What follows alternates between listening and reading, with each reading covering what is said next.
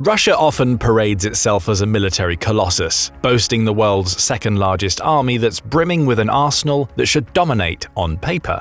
It has the second strongest air force, only behind the United States, and an inventory of tanks and artillery that no other country can match. Its naval fleet, loaded with more corvettes and submarines than anyone else, should make it a titan in conventional warfare. Yet, the ongoing conflict in Ukraine paints a drastically different picture. Despite overwhelming numerical superiority and massive firepower, Russia struggles to secure a decisive victory over a significantly smaller opponent. This glaring discrepancy between expectation and reality begs the question: just how effective are Russian weapons on the global stage? Part of the reason may come down to Russia's tactics, with another reason being that Ukraine has received substantial support from Western countries as it tries to fend off President Vladimir Putin's ambitions. But there's another reason why Russia's army isn't as strong in practice as it is on paper. Many Russian weapons are bad. So bad that they fail to keep up with what the West is producing, leading to Russia's soldiers in Ukraine facing heavy losses. It wasn't this way in the past. At the height of the Cold War, Russia's weapons had a reputation for being robust and well-made. They may have well lacked all the bells and whistles associated with American weapons, but they did what they needed to do on the battlefield. They worked. Take the T-34 tank as an example. Introduced in 1940, the T-34 went on to become Russia's most successful tank. It was also a masterclass in innovation, becoming the first modern tank to feature sloped armor, which makes it harder for anti-tank weapons to penetrate the vehicle's shell, and featuring an independent suspension system that made it more maneuverable. That innovation in design, coupled with a focus on functionality, would be a hallmark of Russian weaponry for years to come. The country built nuclear submarines, fighter jets, and could compete with the best the United States had to offer, and perhaps most famously, the AK-47 Kalashnikov. Often considered one of the world's most reliable rifles, the AK-47 and its variants have sold 100 million units, and according to military.com, is still the standard infantry weapon for 106 countries. Those kinds of sales don't happen for a poor weapon. They're also indicative of Russian military exports in the past. Through the 1980s, Russia was one of the world's leading weapons exporters, only trailing the United States in terms of pure volume sold. Visual Capitalist provides interesting data here, demonstrating that Russia's weapons exports hovered around the $40 billion per year mark throughout much of the 1980s, before falling to the $30 billion point in 1990 and never recovering.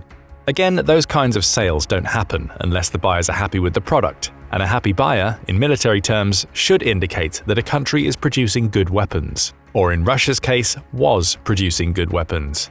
The fact is that Russian weapon sales have been declining steadily for years. We saw a hint of this in the 2010s, with Visual Capitalist showing that Russia's exports dropped below the $20 billion mark between 2000 and 2004, less than half of the sales being achieved during the 1980s. A recovery in the years that followed pushed Russia's exports back up to the $30 billion mark. But in more recent years, Russia's weapon exports have declined dramatically.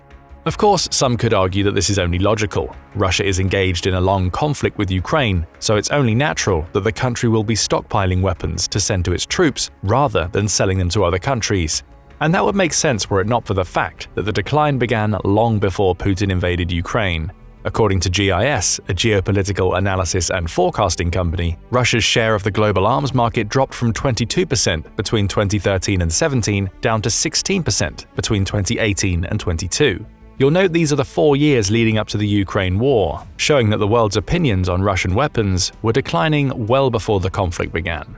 The loss of so many sales to India has been the lowlight of this period of decline for Russia's arms industry. Between 2018 and 22, sales to India dropped by 37%. This mirrors the level of sales to 7 more of Russia's 10 largest customers, which collectively dropped by an average of 59%.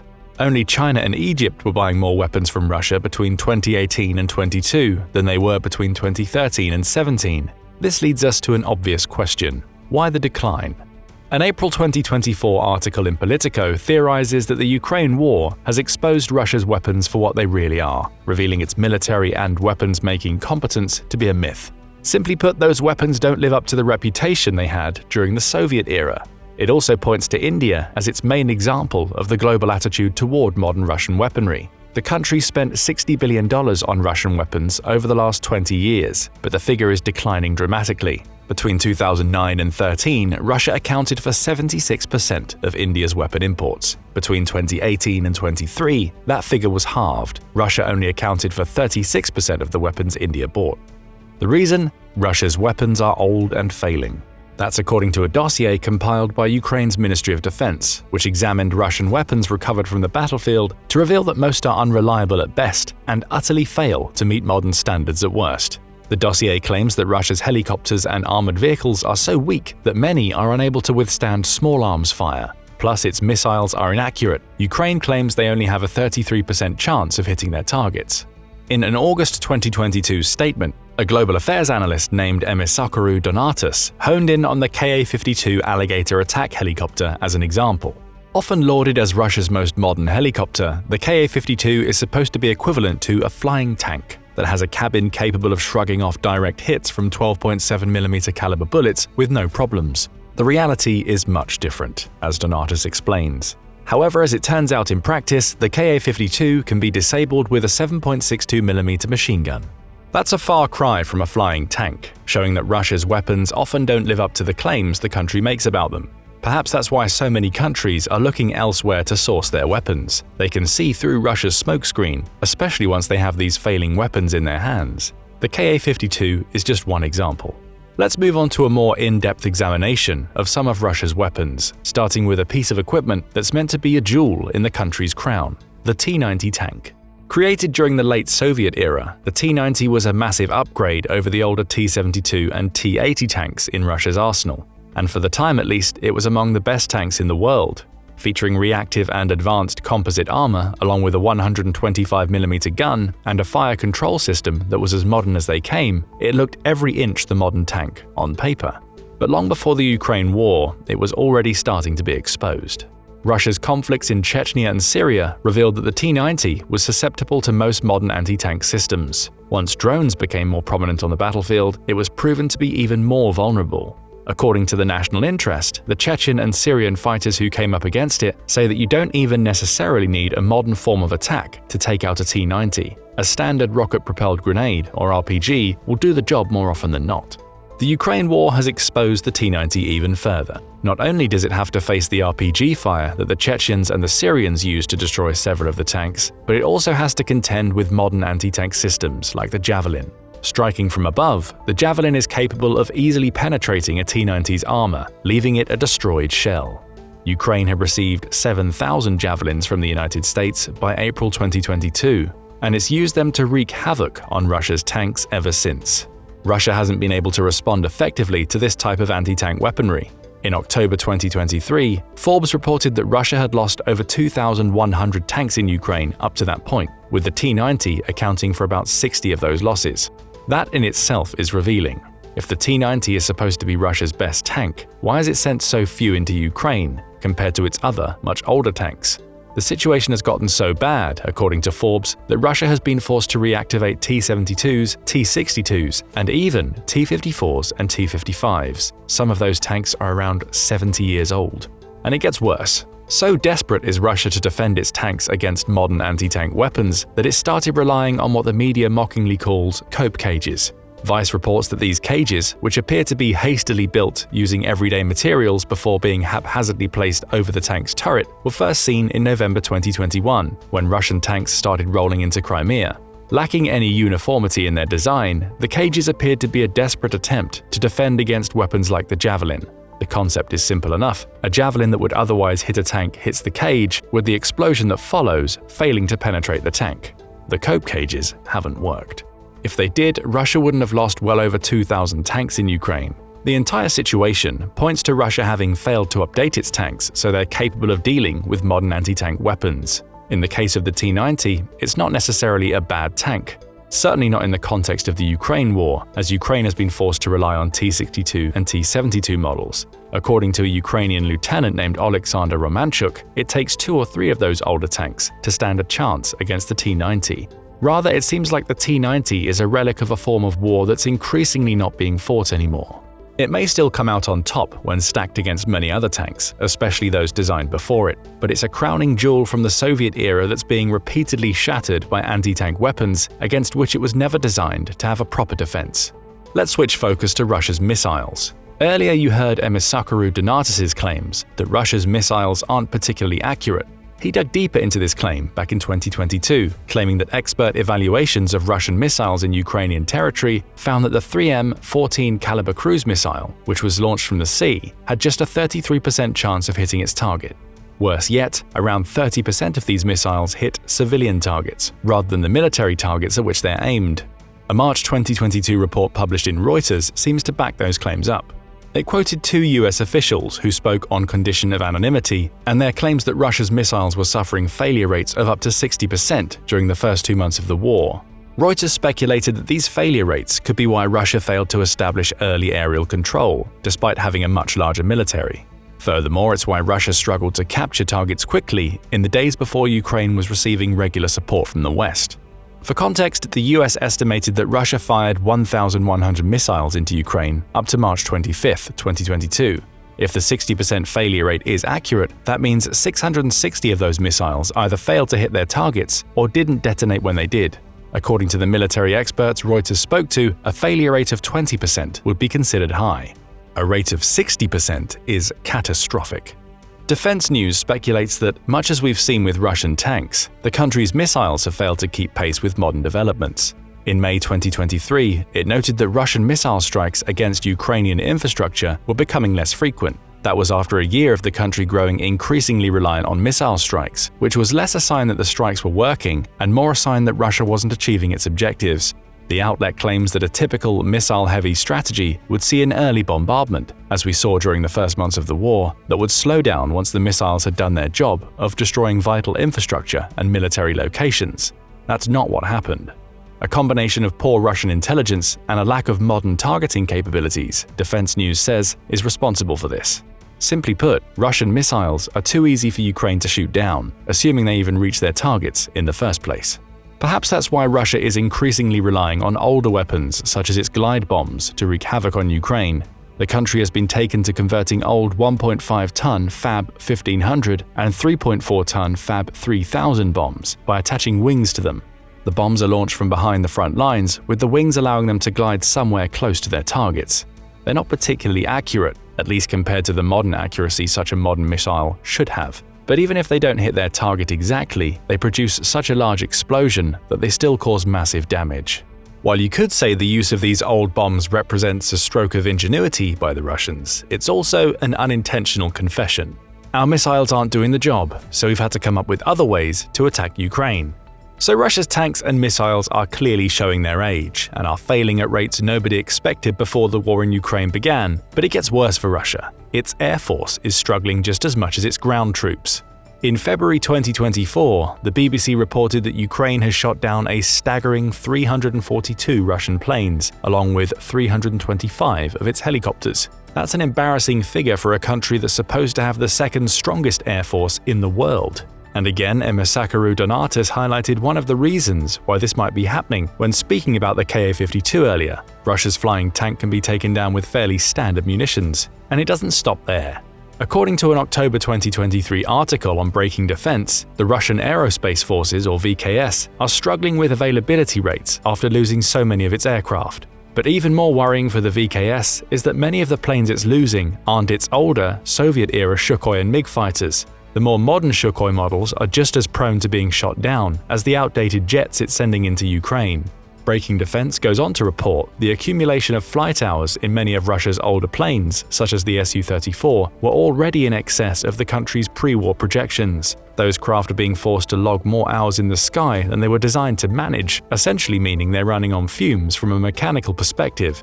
That increase in hours also creates a need for more maintenance, with the UK's Ministry of Defence pointing out that this is a problem for the VKS too. This need for extra maintenance is complicated by a shortage of spare parts because of increasing demand and international sanctions. An August 2023 report by RAND offers more details. It says that Russia finds itself in a position where it's still trying to transition away from the Soviet-era aircraft that made it such a powerful aerial force during the Cold War era. It's also struggling to bring new aircraft online. Around half of Russia's fleet is made up of upgraded Soviet-era planes because it isn't able to build new aerial assets quickly enough. So we see the same situation that we saw with Russia's tanks. The country is relying on technology from a bygone military era, which could explain why the VKS has been so unsuccessful in Ukraine. As for flight hours, the Soviet-era platforms Russia is using so extensively in the war are generally designed to fly for between 2,000 and 3,500 hours. That's far below the 3,500 to 4,500 hours most modern military aircraft can manage. And even with upgrading efforts potentially extending lifespans, RAND says that many of the planes Russia is losing are already deep within the last 1,000 hours of their service lives. By the summer of 2024, the organization says the VKS will be down to 75% of its pre-war strength due to combat losses and many of its aircraft's airframes simply aging out. Even more worryingly for Russia, the story doesn't seem to get much better for its newer planes. Take the Su-57 as an example. A stealth fighter that's supposed to be among the best fifth-generation fighters in the world today, the Su-57 basically hasn't been used in Ukraine. Part of that is down to Russia simply not having many of the aircraft. It only had 10 available to the VKS at the beginning of 2023. But even then, 10 Su-57s should have been able to wreak havoc on Ukraine. Russia claims the jet is one of the best of its kind, as well as being the first Russian jet to feature stealth technology. It should be featured in the war, but it isn't. And the reason may lie in the array of technical issues the jet had faced during its development. On paper, the Su-57 is supposed to be a combination of attack aircraft and fighter jet, capable of destroying targets on land, at sea, or in the air. Its body is made using composite materials including fiberglass, polymers, and a special aluminium used to create load-bearing honeycomb filters. It can also carry up to 4 K-77M missiles, each radar-guided and being launchable from beyond visual range. A combination of twin engines cooled by Izdalai 117 or AL-41F1 turbofans and 3D thrust vectors should give it immense maneuverability while still allowing it to reach Mach 2 without engaging afterburners. However, the reality is much different. Production problems mean that the Su-57, which was first flown in January 2010, didn't enter service until December 2020, a full 10 years after it first took to the skies. And when it did, several aviation experts noted that it's far from the stealth fighter Russia claims it to be. One of those experts, Chris Bolton, took to social media to point out that the jet has a radar cross-section similar to the Fa-18 Super Hornet. That's notable because the Super Hornet isn't a stealth fighter. The F-35 is, and the Su-57 has a radar cross-section 1,000 times bigger than America's main stealth fighter. That poor cross-section is a major problem. After all, a stealth fighter that shows up so prominently on radar isn't a stealth fighter at all. Perhaps that's why the Kremlin hasn't deployed it over the skies of Ukraine. It knows that there's a good chance that one of its 10 Su-57s will get shot down, leaving it with egg on its face, as it tries to explain why a stealth fighter it claims is veering into the 6th generation of jets was so easily taken down by a country that shouldn't be prepared for it. So we see the problem of Russia relying on old Soviet-era tech again in the war against Ukraine. Only the Su-57 adds another issue. Even Russia's newest technology appears to be incapable of operating at the expected capacity. Hence, Russia doesn't dominate the skies over Ukraine. But what about the seas? In pure numbers, Russia has the world's largest navy, with nearly 750 assets. It should have been able to bring that navy to bear against Ukraine via the Black Sea, with its dreaded Black Sea Fleet, anticipated to help Russia claim the only waters that lead into Ukraine. But again, that didn't happen. Instead, Ukraine's navy, which is around a seventh of Russia's size, has somehow managed to decimate the Black Sea Fleet. According to The Guardian, it had destroyed a third of the fleet by March 2024, with one of its latest strikes taking out the Konstantin Olshansky, an amphibious landing ship that was stationed in Russian-controlled Sevastopol. In fact, all Russia's navy has managed was an amphibious incursion into Odessa during the early weeks of the war. Since then, Ukraine has managed to defend against the Black Sea Fleet by using coastal attacks to pepper Putin's surface ships with missiles and munitions. Warrior Maven points out that a problem that has already been highlighted in other Russian weapons affects its navy, an over-reliance on old Soviet technology. For instance, the Admiral Nakhimov, a Russian battlecruiser, is still armed with firepower developed during the 1980s. It has no hypersonic missiles, and despite being almost as large as an Iowa-class battlecruiser, it packs far less firepower than comparable ships. The US Naval Institute, or USNI, digs deeper. It points out that the Russian Navy underwent an extensive period of modernization, beginning in the aftermath of the 2008 war between Russia and Georgia. In the 14 years since the end of that war and the beginning of the one in Ukraine, Russia should have had plenty of time to produce new surface combatants and submarines, as well as upgrade the capabilities of its existing fleet.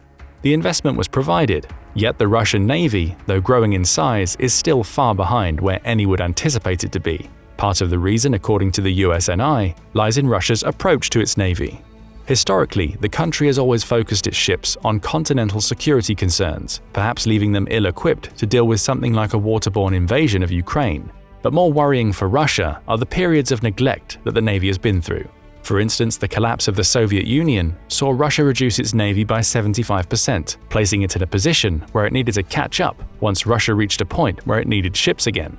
We see that in the aftermath of the war with Georgia. Russia had to invest heavily to bring its navy anywhere near being close to par. Even then, the USNI points out that Russia's modernized navy isn't much different from its Soviet-era navy. Strategy still revolves around land-based active defense, resulting in the construction of ships that are perhaps less capable of attacking positions on land. Again, the Ukraine war provides an example of this, with the USNI saying that Russia is seemingly incapable of providing direct naval support to its army's flank from the water. That's surprising, given how well Russia used that very tactic throughout World War II. It all adds up to a navy that, though impressive on paper, is far less capable than it appears. Still, where you could be justified in thinking that Russia's naval failings are as much due to strategy as weaponry, even if it's still relying on Soviet ships and tech, there's no excuse for the body armor issues the country experiences. Those issues were evident from the beginning of the war. In May 2022, Newsweek reported on a call intercepted by the security service of Ukraine that supposedly saw a Russian soldier speaking to his mother on the phone about the state of his body armor. The mother asks the soldier what he needs. The soldier's reply, "Body armor. It's just what we have now is terrible." But that's nothing compared to an October 2022 report published in Forbes. It points out that 2017 saw Russia announce that it was to receive 200,000 sets of its advanced Ratnik II body armor suits, with deliveries up to 2020 leaving it with 300,000 sets. Similar to Western body armor, the Ratnik II features aramid soft armor, which is supposed to protect against shrapnel and low-velocity bullets, as well as ceramic plate inserts to guard against rifle rounds. That armor hadn't found its way onto the Ukrainian battlefield by October 2022. Instead, Forbes claims, Russian troops were being issued body armor that was either inadequate or in some cases fake. There are reports of a replica of Russia's standard body armor designed for airsoft and paintball purposes being delivered to soldiers. That armor wasn't armor at all, it had no bullet resistance. In this case, it's possible that corruption lies at the heart of Russia's failings rather than inadequacy. For instance, 2021 saw a Russian captain get convicted for stealing and selling 56 body armor sets on Avito, Russia's equivalent to eBay, which raises the question of how many other sets have simply gone missing. Forbes also suggests that some new Russian recruits are being forced to buy their own body armor rather than it being supplied as standard. So Russia appears to have a twofold problem in this area. Not only is it issuing fake body armor to its soldiers, it appears to be running so low in its supply of real body armor that it's forcing conscripts to buy what they need. Still, if all else fails, at least Russia has its nuclear weapons, right? Putin has claimed several times since the beginning of the Ukraine war that he's considering using tactical nukes in the fight. Plus, he's made several threats to NATO and its members about the possibility of nuclear war if they get directly involved. But even Russia's nuclear threat may not be as strong as it's perceived. As Wired points out, nobody really knows if the decades-old nukes that make up much of Russia's arsenal still work anymore. After all, nuclear weapons require maintenance. The components inside them have expiration dates. They're subject to oxidation, decay, and metal fatigue. There's also the tritium problem. This essential isotope is used in hydrogen bombs and has a half-life of 12.3 years. Even if Russia has stockpiles of this isotope, which sells for $34,000 per gram, those stockpiles are subject to that same level of decay. Given what we've seen already, with Russia falling back onto so much of its old Soviet tech to make up for its modern weapons either performing poorly or not at all in Ukraine, can anybody guarantee that it's been maintaining its nuclear weapons? Or is it sitting on a decaying stockpile of nukes, many of which would deliver little more than a fizzle if they were launched? But we can only speculate. What is clear is that corruption, a focus on developing prestige weapons such as the Su-57 that don't appear to work, and a reliance on old technology are the main reasons why Russia's weapons are so bad. The Ukraine war has simply exposed how bad and perhaps serves as a practical demonstration of why so many countries that used to buy billions in Russian weapons exports are now looking elsewhere. But what do you think? Are Russia's weapons really as bad as they appear, or is the country's struggle to take Ukraine down to tactical factors? Will Russia still win the war, even if it's relying on outdated weapons? Tell us what you think in the comments, and thank you for watching the video. Now go and check out why all Russian weapons are a failure, or click this other video instead.